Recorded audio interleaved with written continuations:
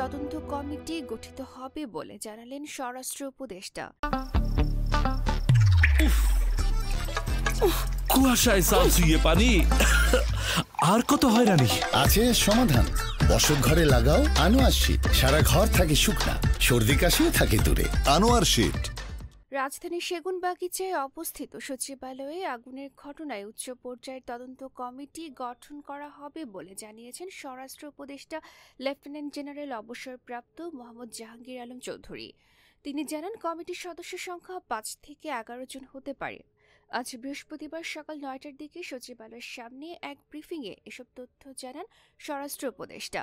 এর আগে সকাল 9:30টার দিকে তিনি সচিবালয়ে প্রবেশ করেন। মধ্যরাতে সচিবালয়ের 7 নম্বর ভবনে লাগা আগুন 6 ঘণ্টা পর 8:05 নিয়ন্ত্রণে আসে। এই আগুন নিয়ন্ত্রণে কাজ করে ফায়ার সার্ভিসের 19টি ইউনিট। ব্রিফিংয়ে জাহাঙ্গীর আলম চৌধুরী বলেন, গতকাল বুধবার দিবাগত রাত 1:50 আগুন লাগে। 1:54 ফায়ার সার্ভিস আসে। আজ সকাল 8:05 আগুন নিয়ন্ত্রণে আসে। আগুন লাগে 6 তলায়, পরে তা 7 ও 8 তলায় ছড়ায়। আগুনের ঘটনায় একজন মারা গেছেন। আগুনের ঘটনা নাশকতায় থাকতে পারে কিনা এমন প্রশ্নে জাহাঙ্গীর আলম চৌধুরী বলেন, তদন্তের পর তা বলা যাবে। ডেস্ক রিপোর্ট, গণমানুষের আওয়াজ।